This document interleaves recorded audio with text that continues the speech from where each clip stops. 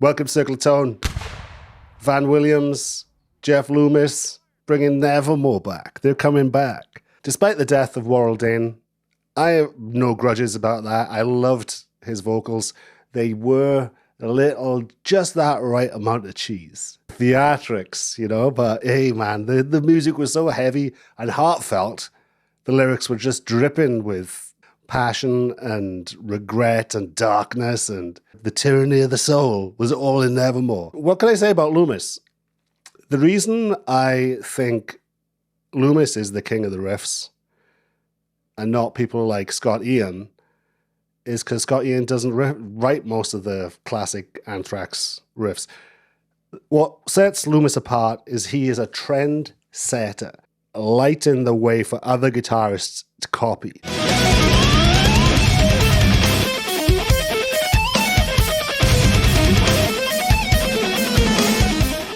So it's not only is it his rhythm, it's his solos are fucking insane. Because he was obsessed with Jason Becker, people like that, so that it shows, man.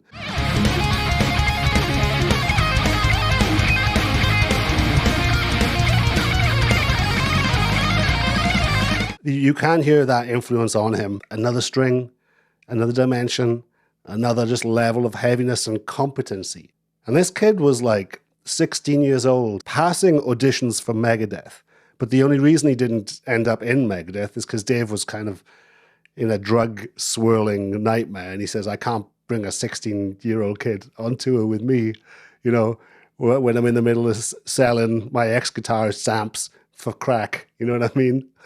No, he was a heroin guy, wasn't he? I loved that, like, you could say the early Nevermore albums. I say that Heartwork by Carcass was a milestone in modern production, which launched Metal Death, really.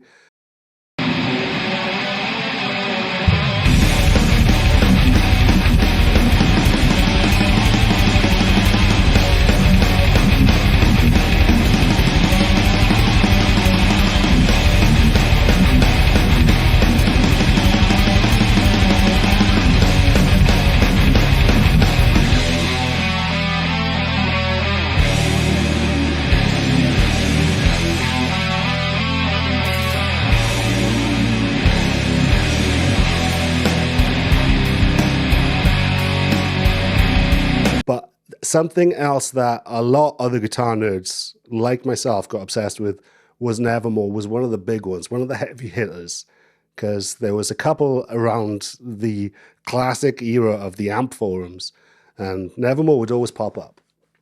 So huge influence on musicians. Nevermore were a musicians band, the type of band that musicians would appreciate, because they just know the level of competency on the drums and the songwriting and the riffs and the whole thing meshing, and they can fucking do it live. Unlike a lot of these prog bands that have all sorts of shit backing them up on a laptop, they could do it live.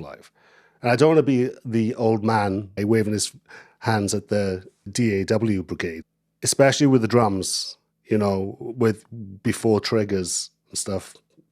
It separates the men from the boys. I think only Nick Menza was probably the only drummer that impressed me more live than Van Williams. Is he getting back with Andy Sneap? I bet you they do, Andy Sneap. I give modern metal production a lot of negativity on my channel because at the end of the day, YouTuber forum advice has killed public interest in rock and metal, all right? But I don't blame the originators. I keep on saying this. Like, trendsetters like Andy Sneap, I don't hold it against the Nevermores or the Meshuggahs for launching this style of, you know, of production. It's the faceless millions that copy them, and they can't come up with their own riffs. You can tell the drums are just edited shit, you know, doesn't have the Nick Menza thing, you know. So gear, let's talk about the gear. That is a 2x12 cabinet you're listening to. So we got the ATM, is it 42 on the left, on the 100, Celestion 100, and we got the SM57 on the right, on the G1280. Good shit, man. A lot of power. See the ports on the Ear Candy Buzz Bomb? That's the secret. It's the depth too. It's like, look how much thicker it is. There's a Mesa Boogie on top. Look how much thicker this is. You know what I mean? The depth of it. Can't really see it, but it's a thick bitch. Now, Ear Candy cabs, right? They are a bit notorious for, sometimes it can take a year for you to get the cab, you know what I mean? But the Buzz Bomb 2x12 is, in my opinion, by far the best 2x12 you can buy. And I have a little secret weapon where I mentioned Scott Ian earlier, and he used the old 80s, right? The Celestion 80s. And there is a version of that which is specifically designed for bass guitar, right? With a different cone. Now, what Anthrax speaker would be good for extended range 8-string guitars? So I've been using, I thought, fuck, I bet you this will sound really good with super low tuned guitars. And holy shit, yes, it did. This is me finding out how good it sounds. With a different cone, specifically designed for lower tunings, for bass, right? It's an identical speaker. Everything's the same, apart from the cone. Now what would sound good with that? Lower tunings, brother. Lower tunings. I have made a fucking discovery. Brother.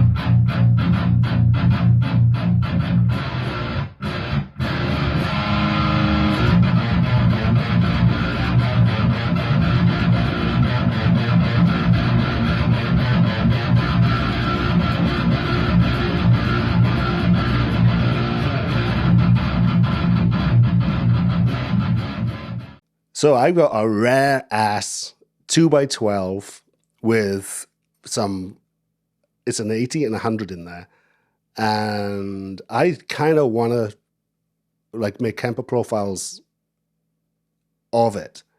So, because I think it's so good, you know, well, you can hear it. You can hear it. So yeah, and I use this. This is the higher end baritone Harley Benton guitars that they do. So it has the EMGs.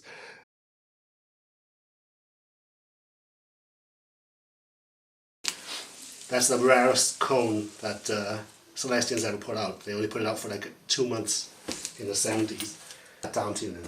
Now, like, what the fuck is that?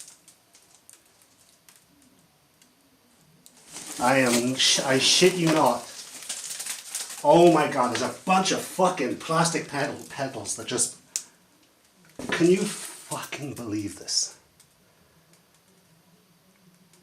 What the actual fuck? This is a priceless speaker. Now I've got all these plastic... Let me zoom in. See these? It looks like the gel packs exploded inside it and all the little fucking gel balls. Just fell out, just into my, oh yeah, what's that over there? What's that? Fucking just a 60s greenback. And what was that thing I was just talking about? The rarest fucking cone that Celestion put out? Yeah, there's all fucking gel pack things in here. Oh my fucking god, it's good. You know inside here is glue and shit, which still can be tacky. So now I've got all these fucking balls inside my raw speaker. Oh,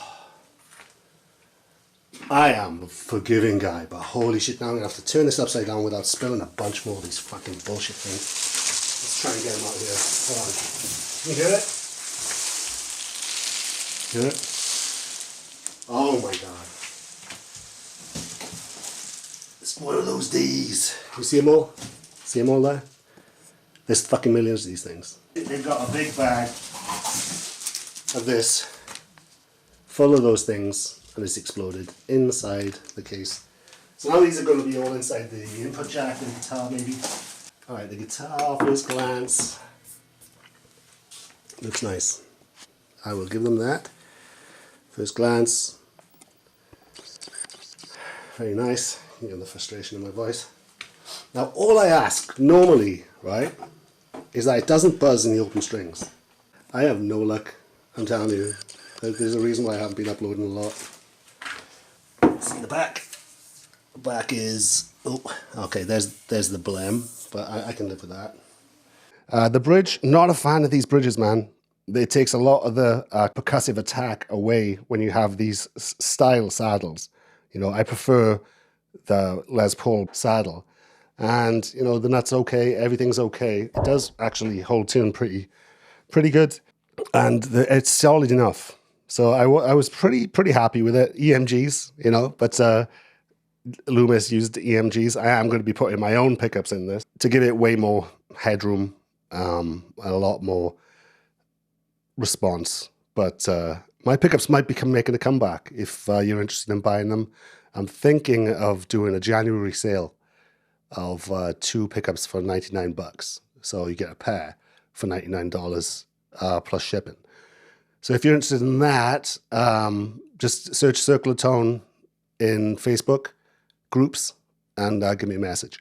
So yeah, oh yeah, the gear. Oh shit, this wasn't a tonal recreation, obviously, because I do not have what he used. This is a Zuta triax. It's basically a boost with different colors for certain tunings, and also it has the best gate. The best gate. All right? They don't play around. It's actually really nice and transparent tonally and gives you the boost you want without the flub. This is a bassy bitch. It's a fire breather. It has like loads of extra gain stages. It's essentially a Langer modded Marshall, like on Exodus Temple of the Damned. That's the type of amp that is. I used an ATM microphone, ass to mouth. It's the Entombed microphone that they used on Left Hand Path, and I also used an SM57. So I blended the Anthrax 80, Celestion 80, and a Celestion 100. And that's what I used. So I was really excited to use that Celestion because of the bass response on it. Fucking nuts. In the room. Dude. So what did Loomis use? Loomis had a custom guitar with, apparently at the time, a .80 string on the low end, which is fucking insane. Mine could have been a little bit thicker. I think I got there almost in the end. I got away with what strings were on there. He used the Maxon OD Pro, not the TS-9. I think it's the Maxon 820. It's like a TS-9. It's similar, but it's like a cross between a klon and a TS-9. So he had that OD 820 into a dual recto, and then that would go into vintage 30s. Oh, he also had a really pointy tortex pick. Not a surprise, but how tight he plays. It's not a surprise. I have pretty pointy picks myself and pretty big thick picks because I think you get a little bit more control. But according to Andy Sneap on other albums, he's used a TS-9 with SM57s, used 75s, so Celestion 75s. Probably at the peak of his powers when you have a guitarist like Loomis with an amazing guitarist with Andy Sneap in there. I think he actually played a few chords on some of the albums. If you don't know, he was in Sabbath, a UK thrash band, best thrash band ever to come out of the UK. One of my top 5 thrash bands. Absolutely amazing.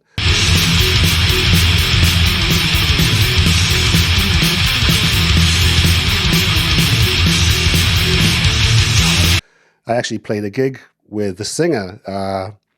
He's in another band called Skyclad, and I opened up for them with my band Season's End in Swansea, and I opened up for them and Zentrix.